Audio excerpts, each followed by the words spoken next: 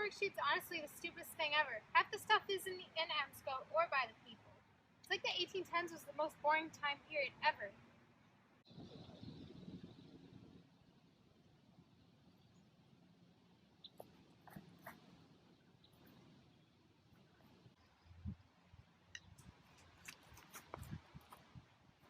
Well, wait, who are you? Oh, pardon me, my lady. I'm William Henry Harrison. William Henry Harrison? How? Yes, it is I, William Henry Harrison, governor and leader of the American forces in the Battle of Tippecanoe. Oh yeah, the Battle of Tippecanoe. Did that start because someone tipped a canoe? What? Have you not heard of the famous battle that took place November 11th, 1811?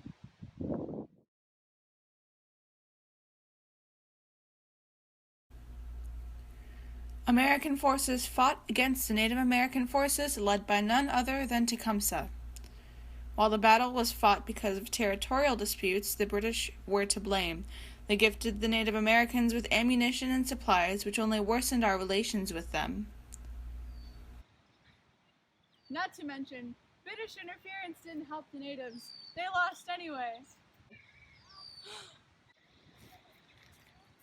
Yes, it's me, you American filth.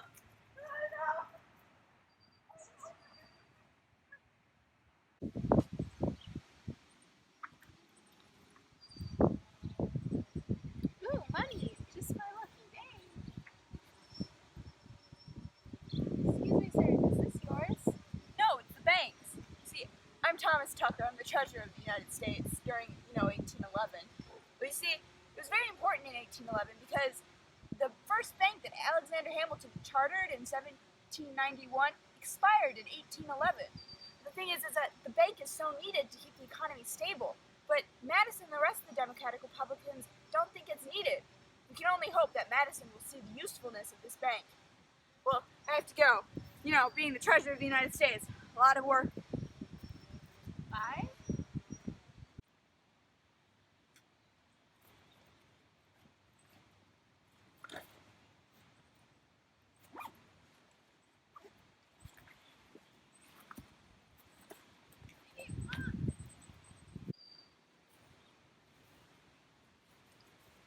Oh, geez, there's more of you? Who are you? Well, I'm President Madison. The president who defeated the British, won the War of 1812, and gave way for the era of good feelings. Oh, the War of 1812. My history teacher mentioned that. Is that important or something? It's arguably the most important event of the 1810s. It was caused by British violation of American Neutrality Sea Acts and also competition on the western frontier. Both the British and the French possessed hostility towards each other, so their concentration was focused more on each other than us here in America. Therefore, the two nations had no interest in respecting American neutral rights at sea. However, the British offenses were considered worse because of the Navy's acts of impressing American soldiers. Americans wanted more land. More specifically, they wanted British Canada and Spanish Florida from the British and Native American and Spanish allies. Through their efforts to earn these lands, pesky Native American rebellions led by Tecumseh became more of an issue as they became stronger and more frequent the further we pushed onward. The British provided aid to the savages and so therefore were to blame for the bigger impact the rebellions had.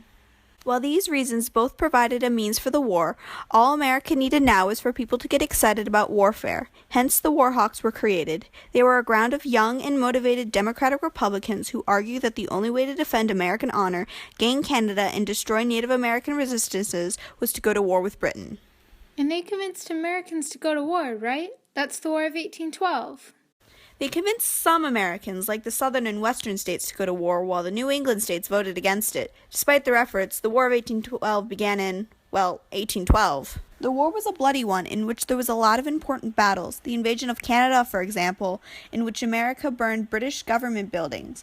Meanwhile, in many of the naval battles, Americans possessed many victories because of their superior shipbuilding, valorous deeds that increased nationalism and motivation for profit. It was during one of these battles on Lake Erie in 1814 that Tecumseh was killed. Really? Unfortunately, yes. However, the war continued on, and the Americans suffered great losses as well. During the Chesapeake Campaign, the British sent troops to the capital and burned down our nation's glorious White House. However, the American soldier Francis Scott Key wrote our nation's national anthem in 1814 during the battle at Baltimore that followed immediately afterwards, so I do suppose something great came from that terrible event. And it all ended with the Treaty of Ghent, right? I think I remember my history teacher saying something about that. By 1814, the British were trying to maintain peace in Europe with the French. The Americans, on the other hand, recognized they would be unable to win a decisive victory. Americans traveled to Ghent, Belgium, to discuss the treaty that would be enacted Christmas Eve, 1814, that ended the war and returned all conquered territory to its pre-war claimants and recognized the Canadian-American border. All was returned to the way it was before the War of 1812. Wow, you weren't kidding when you said the war was important. I never realized its significance. Thank you so much. It's been my pleasure, miss. I've been glad to teach you something about history, but there's still so much you don't know.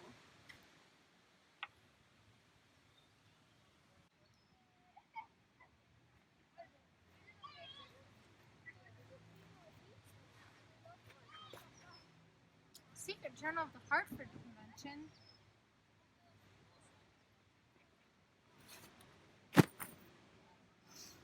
Oh yeah, that was a convention that took place during my presidency, in America. Well, it lasted from December 15th, 1814 to January 15th, 1815 in Hartford, Connecticut, to be exact. What'd they do with the Hartford Convention? Well, frankly, I'm glad you asked. The Hartford Convention was called after New England states threatened to secede with the end of the War of 1812 due to their bitter feelings towards both the war and the Democratic-Republican government.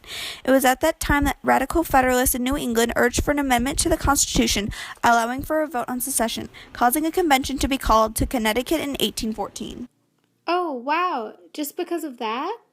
Ultimately, no. It was voted against and therefore rejected. However, the New England Radical Federalists adopted several different proposals.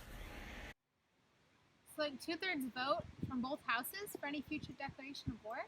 Indeed, young lady. Perhaps you do know your American history better than I thought. Well, good luck on your studies.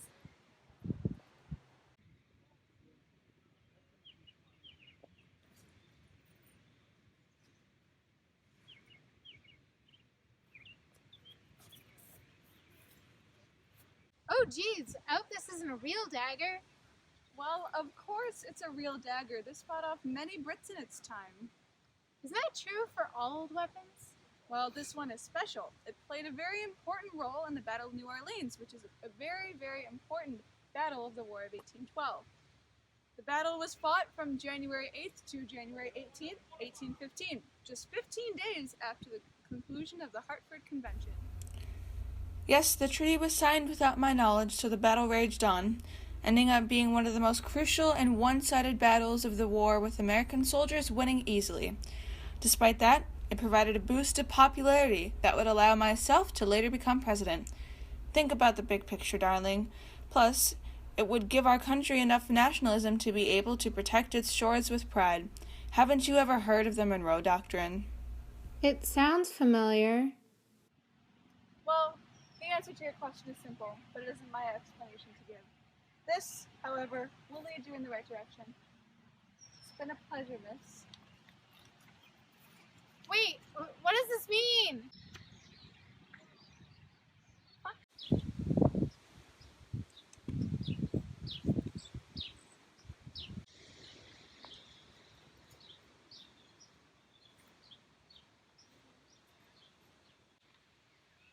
Excuse me, miss. Can you tell me where the White House is?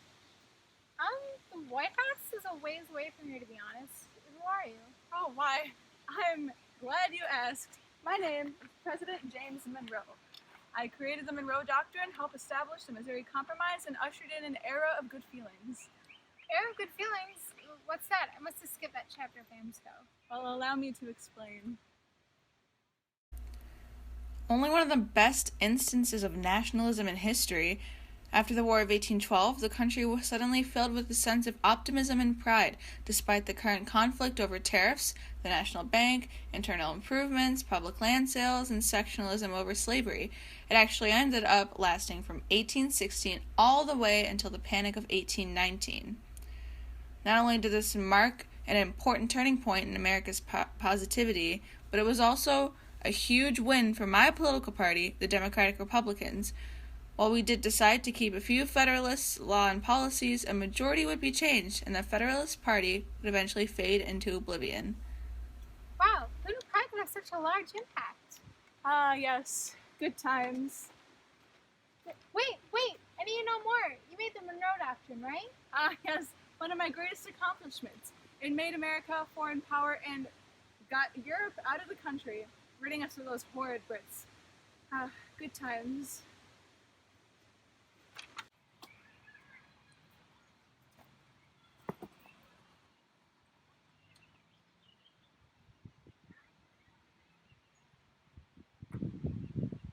Why, hello there, young lady. I couldn't help but notice you were studying the American colonization system. Do you know the relation of the Liberty Bell to that organization? No. The Liberty Bell represents the nationalism and the many freedoms we possess in this beautiful country. Similar to this organization, although they're from different time periods. Think of it as synthesis. The Liberty Bell's freedom and nationalism and senses of liberty align perfectly with the American colonization system. Do you know the founders of that organization by any chance? Maybe. George Washington is one of them, right?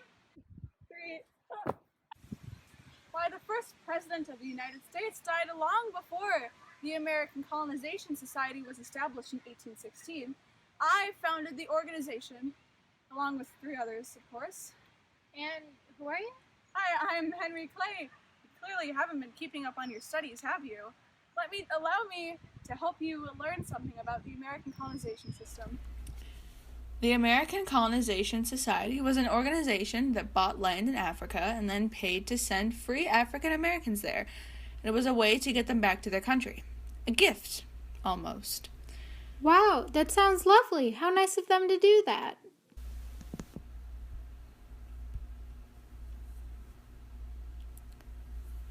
Can I let you in on a little secret, darling? It wasn't. In fact, the society was founded as a way to get rid of African Americans. Many of these people didn't even want to go back to Africa. They were forced. What? That's awful, but I don't get it. Why wouldn't they want African Americans in the country? Isn't it something like the more the merrier?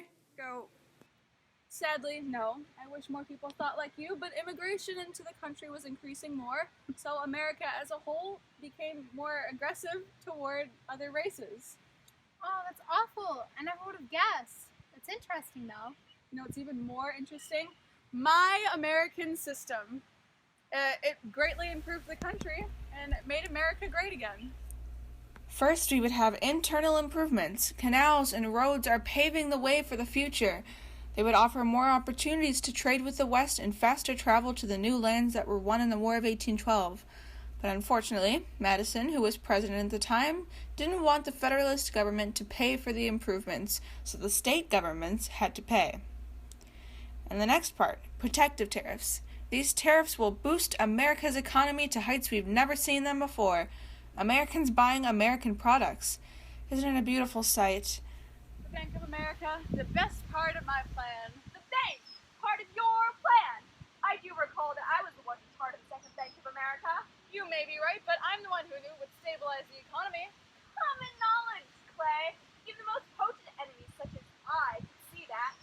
That's why I recharted the bank in 1816. Are you saying you did more to help the bank than I did? Maybe I am. Go. Who knew dead people could be so angry?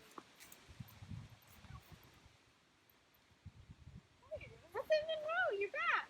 Yeah, well, you see, young lady, the thing is, What's wrong? I told you about the great and prosperous years of my presidency, but time has passed.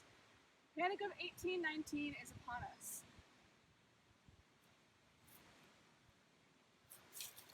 It haunts me every day. Caused by over-speculation, as well as those god-awful Brits showing a lack of interest in our goods, the economy crashed. Large amounts of people were left starving in the streets without jobs, unable to feed or clothe themselves. But don't tell Clay I told you that. Hey, I heard that! Oh, I'll go calm him down. He's really sensitive sometimes. And good luck on that project of yours.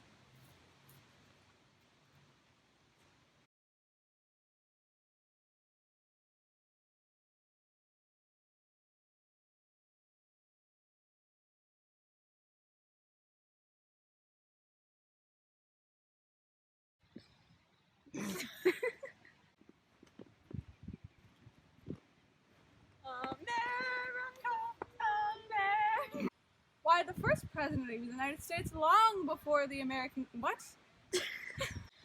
Why, the first president of the United States died long before the American...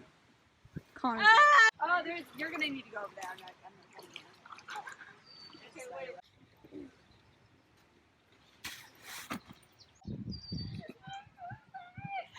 I'm not even making an ugly face, it's just my face!